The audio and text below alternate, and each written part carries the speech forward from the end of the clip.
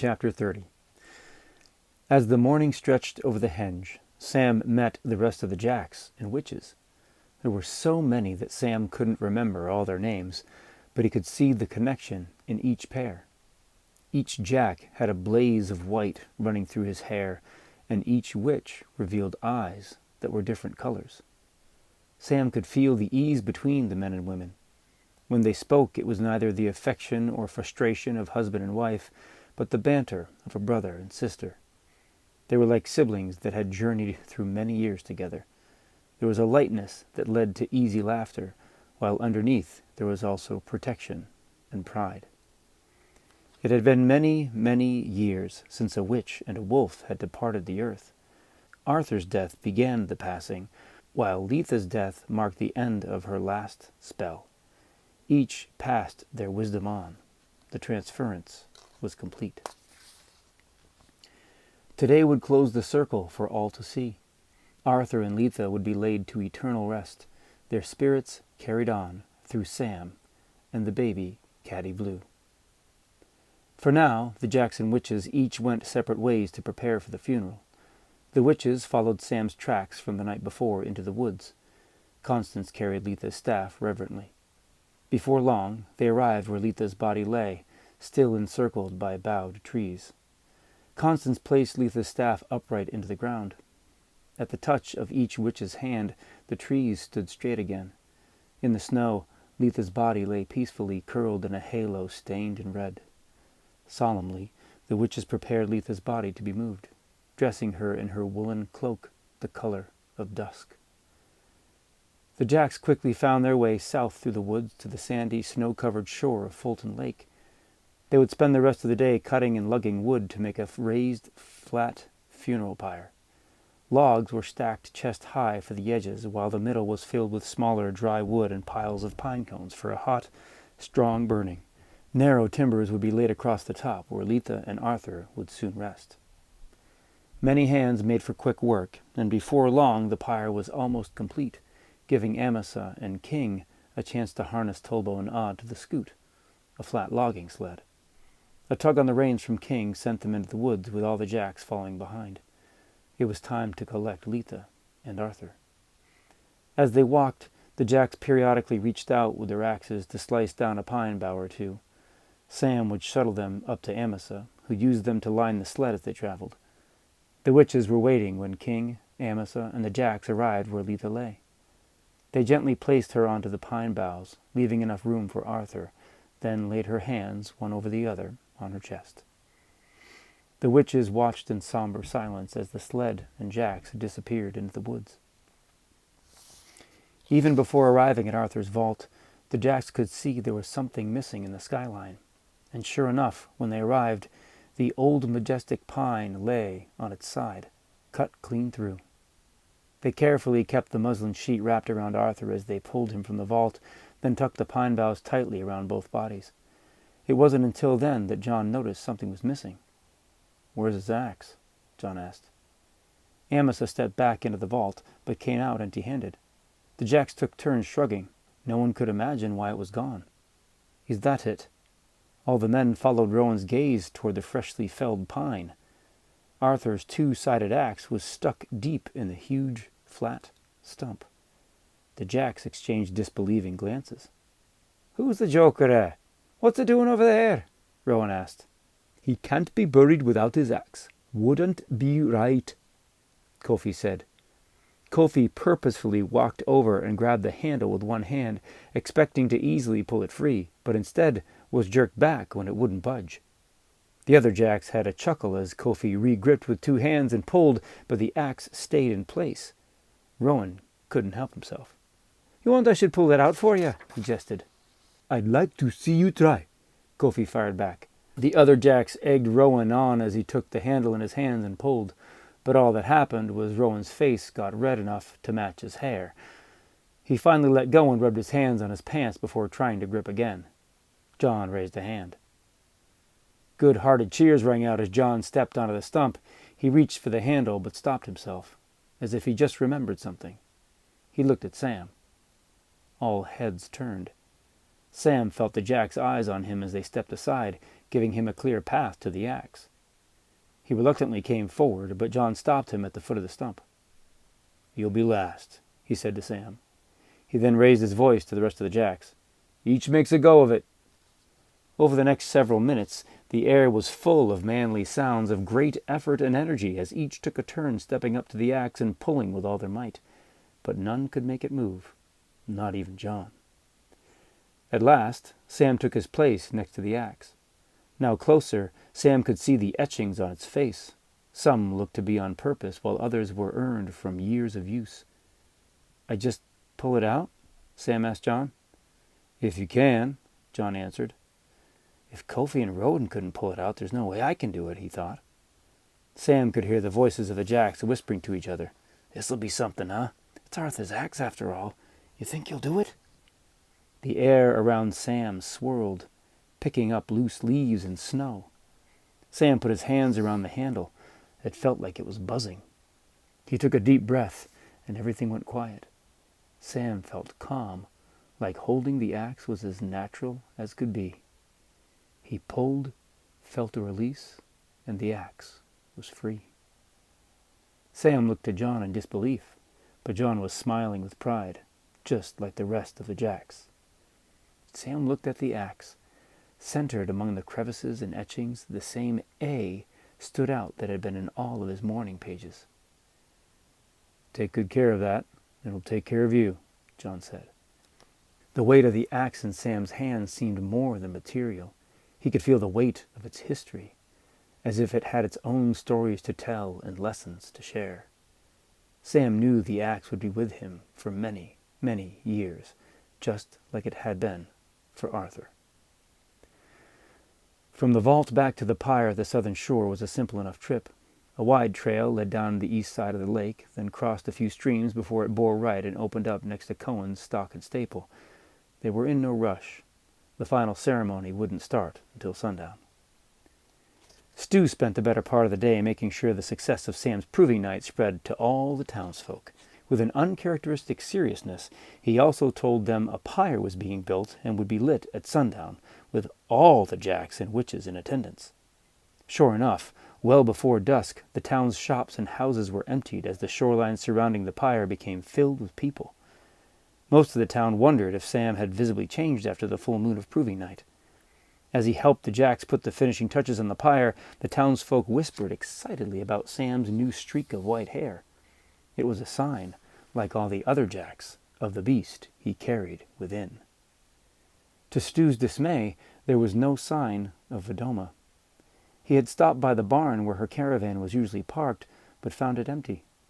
He even followed the caravan's tracks in the snow to the edge of town where they suddenly just stopped, as if she vanished into thin air. Stu hoped she'd be back. After all, he had more pages full of letters to show her. Just before sunset, King pulled the scoot out of the woods and next to the pyre. The Jacks collected around the sled and made a small bow to the two bodies. Then, as if on cue, each of the Jacks headed into the woods. John turned to Sam and tugged his sleeve. "Off we go now." John beckoned Sam to follow. He and the rest of the Jacks would use the cover of the woods for their transformations. This moon was special. It would be Sam's first full transformation following proving night, and his first transformation while tethered. Sam would also be in the company of the other Jacks during their moon-driven change, as he would for many months to come. With the Jacks in the woods, Constance motioned for the witches to form a circle around the pyre.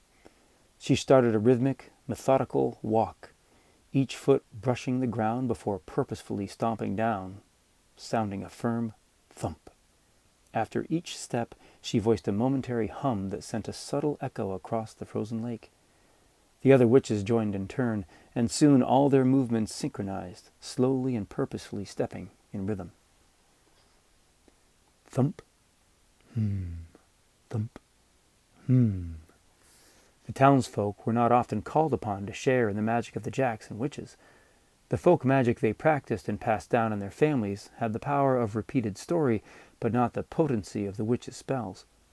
But on an occasion like this, the combination of folk and tethered magic would create a ceremony worthy of Letha and Arthur. The townsfolk added their numbers to the rhythm and the growing sound that echoed throughout the valley. The pounding of so many feet quickly left the entire sandy shore bare of snow. Thump, thump, The growing sound reached through the trees into the woods, where John stopped walking and turned to Sam. "This'll do," John said. "Boots off. Your change tonight will be different, but the same. You're tethered now." The rhythmic chanting from the witches and townsfolk steadily filled Sam's ears as he unlaced his boots. He felt a coolness touch the base of his neck, traveling down his arm and leg to both of his scars. Each tingled heat as hair sprouted from the rough skin. He looked to the sky and found the beams from the rising moon. Sam grabbed his stomach as a scorching pain took over the center of his body and pulled him to the ground. A fear came over him that he would again lose control like the night before. His chest tightened. His breath stopped. In his windless silence, he heard the other jacks transforming too.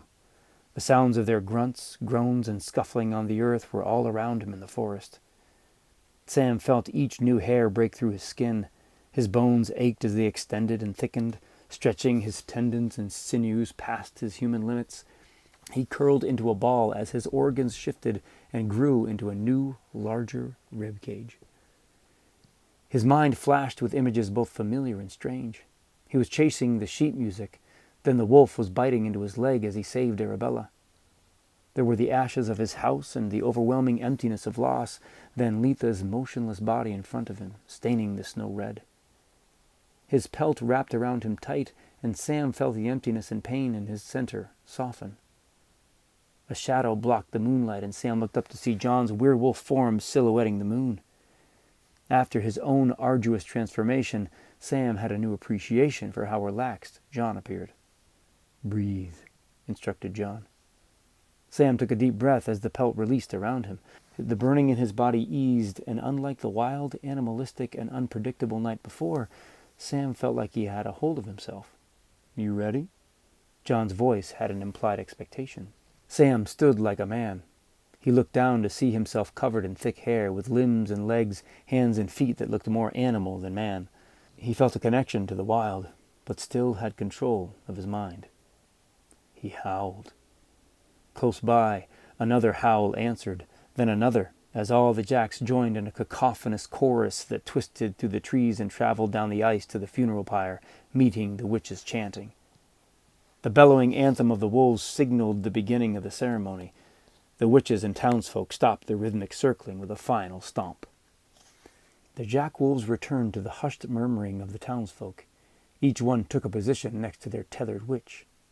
Seeing a jack or two in beastly form wasn't completely uncommon, but never had the town seen all of the jacks gathered together looking so ferociously feral, standing with their witches. The air was thick with the forces of Forge, both folk and feral. King pulled the sled forward as Alma handed a sleeping Blue to Sam, then helped Constance and a few other witches take Arthur's wrapped body from the pine boughs on the back of the scoot. They attentively placed him on one side of the funeral pyre. The witches stepped back, and Sam handed the dozing baby back to Alma. He then joined John, Kofi, and Rowan as they delicately took Letha's thin frame from the back of the sled.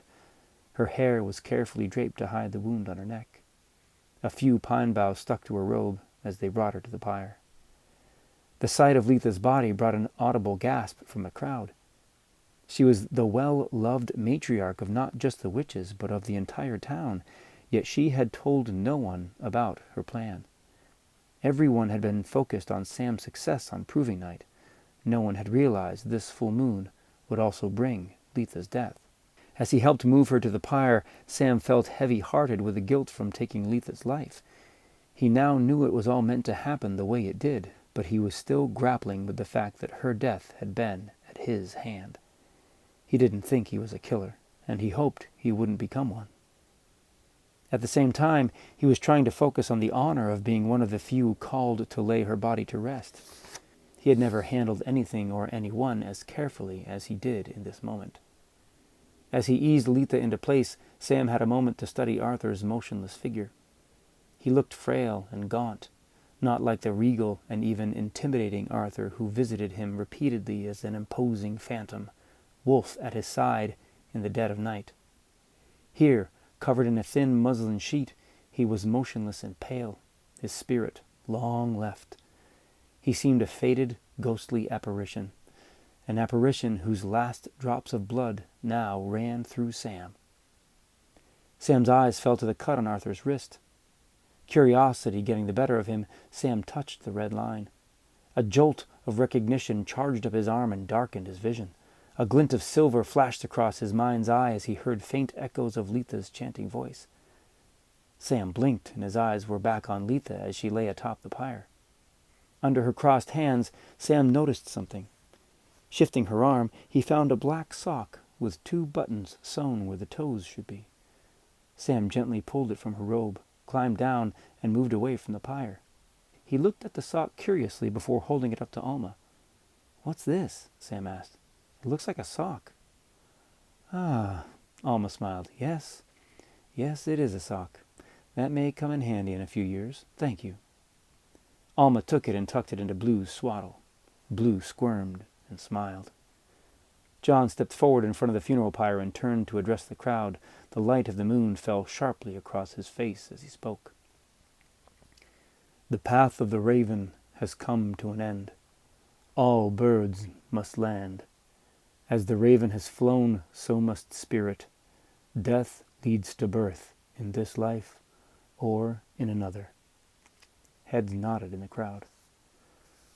Arthur's breath lasted centuries. He was strong, persistent, and kind. Sam's breath now lends heart to Arthur, as Arthur did to the one before him. Letha's magic lasted equally so. Blue will grow, and Letha's magic will rise again. Blue, we welcome you. In Alma's arms, Blue cooed. John smiled before continuing. "Truth is the highest virtue. It sows trust and connects us to the most potent magic." John turned to Sam. "Truth is the path from who you were to who you will be. Know your truth, and you will not need to find the path. You just need never lose touch with it."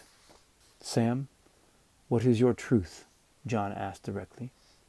Sam felt a glow from within, different from Arthur's instincts that had been filtering through him for the past days and nights. This glow was closer to the center of his own soul. Whispers echoed from his family's past and spun through his mind. His father had told him that work would bring him into adulthood, and his mother said his voice would bring him to many new places. Here he was, 1,000 miles from his old home. He had proven he was ready. Sam felt a life of new possibility before him. Now was the time for his voice to speak his truth. Sam could feel his father's hand on one shoulder and his mother's on his back. He stood a little taller. A sense of calm confidence settled over him as he spoke. "I am the son of my father, who gave me strength. I am the son of my mother, who gave me music. I am the brother of Ben and Ruthie, who gave me laughter. These are the truths of your past, and will always be," John responded. "You will come to know that you are more than this Sam of the past. You will become a new Sam. You will be more than you ever imagined." "Stu?" John gestured toward the pyre.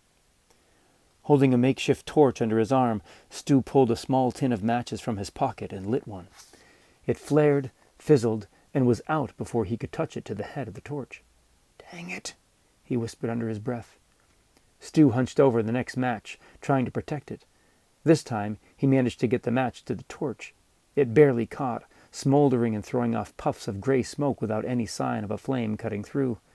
Stu blew on the torch again and again, but his breath only made more smoke. Constance gave John a wink and waved her staff in Stu's direction. A quick, short wind blew, and a flame finally burst forth.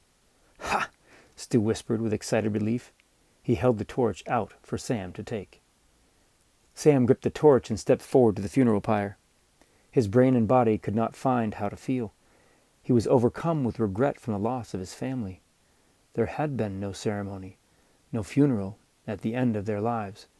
There had only been himself, John, and his neighbors to stand in the ashes of the fire that had taken them. All he could do was accept this new family and his new destiny. Sam turned to see all the citizens of Forge focused on him. They had been witnesses to Sam's daily comings and goings in these past weeks. He had carried wood for Mabel, shoveled snow for Miss Tina, and brought hay for the horses. He felt connected with them all. With a mix of reverence and remorse, he touched the torch to the pyre. This was the end of Letha and Arthur, lives taken and given. The flames caught quickly, soon crackling and flinging sparks into the sky. Among the stars, spirits took to the heavens. Flashes of fire and smoke shifted intensity and color. The familiar flames of yellows and oranges turned to blues, greens, and even purples. Sam had never seen fire so beautiful. There was a shift on the frozen lake. One wolf, then another, emerged from the darkness beyond the pyre. Each one staked a place in a circle around the growing fire. In the spaces between the flames, Sam caught the movement of ghostly human shapes. They swirled and flickered this way and that, like his mother and father dancing in the kitchen of their home. Smaller flame figures flitted around them, like children chasing each other. Sam only blinked once, but they were gone. His eyes searched for the next few flashes of flame, and he saw Letha's and Arthur's ghostly figures floating up into the sky. High in the air, the northern lights intertwined with the flames of the pyre, connecting the heavens and the earth. Sam knew in his bones the passing was now complete, and so was he. The fire crackled and sparked while the gathered crowd stood in silence. Sam took in Alma, the baby Blue, John, Stu, as well as all the Jacks and witches. With all eyes on him, Sam inhaled, stood tall, and spoke. I am the blood of Arthur, tethered to Blue, brother of wolves, son of Forge. The entire town was there to witness this beginning of new life. Sam felt a shift in the air as the first wolf around the pyre howled. Immediately it was joined by the Jacks and the rest of the pack. Stu called out, "Yee-haw!" Cheers erupted. Through the yells and hollers, Sam felt an uneasiness he couldn't explain. He realized it was because the ground beneath their feet was trembling and rocking. The wolves scattered back into the forest just as a crackling crescendo shattered the frozen lake. A sudden tempest propelled the pyre through the broken ice and thrust it into the middle of the water. The northern lights whipped down and touched the fire, making it grow and glow brighter and more radiant until all on shore had to shield their eyes or look away. Suddenly, it was dark. Sam looked out to the lake, but the pyre was gone. The reflected moonlight on the churning ice water was the only sign it was ever there. Stu would tell this story for years to come. Music and merriment filled the logging cabin that night. The large table was pushed back and piled with Mabel's baked goods, jams and jellies, and smoked meats Soup had been working on for days. To make room for the dancing, the benches had been pushed back too. Boots stomped, spoons clanged, and sticks slammed on pots and pans while Amos's fiddle sang a jig. There was no way Rowan, Kofi, or any of the Jack Wolves could sit still, and they had no trouble finding willing dance partners. A dozen pelts flung like capes from one partner to another, adding flair to every movement. Turns out, John wasn't the only one who knew how to lead. Ladies were twirled, children were playfully tossed, and yelps of laughter filled the air. Sam noticed that Stu's dancing, even without a discernible pattern, was very enthusiastic and somehow still on rhythm. Somewhere in the night, John took Sam aside and wordlessly handed him the book, Le Mort d'Arthur, from Charles's library in D.C. The music was calling Sam too much for him to be able to sit and read, so he climbed up and placed it onto his new bunk, just above John's. Reading would have to wait until the quiet of the morning. As Sam climbed back down from the bunk, Stu tapped him on the shoulder. Kofi and Rowan flanked him with smiles. "You want to try the contraption?" "The what?" Sam asked. "It's like a running contest," Stu explained. "Is it finally going to work?" called John with a smile. Outside, 50 yards or so away from the logging camp, Stu revealed his most recent prized work of genius. Many trips back and forth to Cohen's and countless hours spent testing had resulted in quite a contraption indeed. A 15-foot log of an arm was set on a short axis with several stone-filled burlap bags tied to the end as a counterweight. Far on the other end, 2 ropes linked to a large leather catch that held a sizable woven ball. The whole thing was positioned in a way to be aimed out over the lake. "I pull this, and it launches the ball way out. First person to get it and bring it back gets a point. First person to get 5 points wins," Stu said. "Easy." Sam looked the contraption up and down and thought for a minute. "Like fetch?" he asked. "Well, yeah," said Stu. Kofi and Rowan nodded excited agreement. Stu took the release into his hand. Rowan and Kofi scrunched down into starting positions. John braced a foot against a tree. Stu counted down. 3, 2, 1. He pulled the release and the arm flew up, launching the ball fast and high over the lake. Instantly, Kofi and Rowan bounded after it. "Ha! I knew it would work!" Stu exclaimed. John's eyes widened with surprise as his claws dug into the bark of the tree, and he sprung after them. The chase was on as Sam jumped with an explosive force, launching himself high into the air. He landed on 2 feet and ran as fast as he could after Kofi, Rowan, and John. Faster. Sam's thought initiated another shift, and his body transformed with intention into something less like a man and more like a wolf. He reached his front arms forward, pulling the earth under him before pushing it away behind. Each stride felt more powerful as he lost any features of a man and became all wolf. No longer limited to running on 2 legs, he was sprinting on all 4s. It felt good. Every muscle pulled, twitched, and relaxed as he tried to gain on John. He felt his ears pull back on his head and the cold air around him pull on the hair that covered his body. He was closing in. The faster he went, the more Sam felt sheer bliss. At the edge of the lake, he broke out of the woods just as he caught up to John. Within 2 strides on the lake, Sam's front paw slipped on the ice and sent him tumbling and sliding to a stop on his back in a snowdrift. He shook the snow off, as a wolf would do, only to see John stopped with his shoulders shaking, a witness to his not-so-graceful fall. John's wolf head tilted skyward, and Sam couldn't tell if it was a howl or a laugh that left his throat. In truth, it was more the latter. Sam gave a small howl himself as the rest of the jacks blazed past after Stu's ball, still arching through the air. John renewed his sprint while Sam found his footing. The ball finally landed on the frozen lake, skidding across the slick ice. John glanced over his shoulder to see Sam trying to keep up. "Still a lot to learn," John thought. "This will be fun."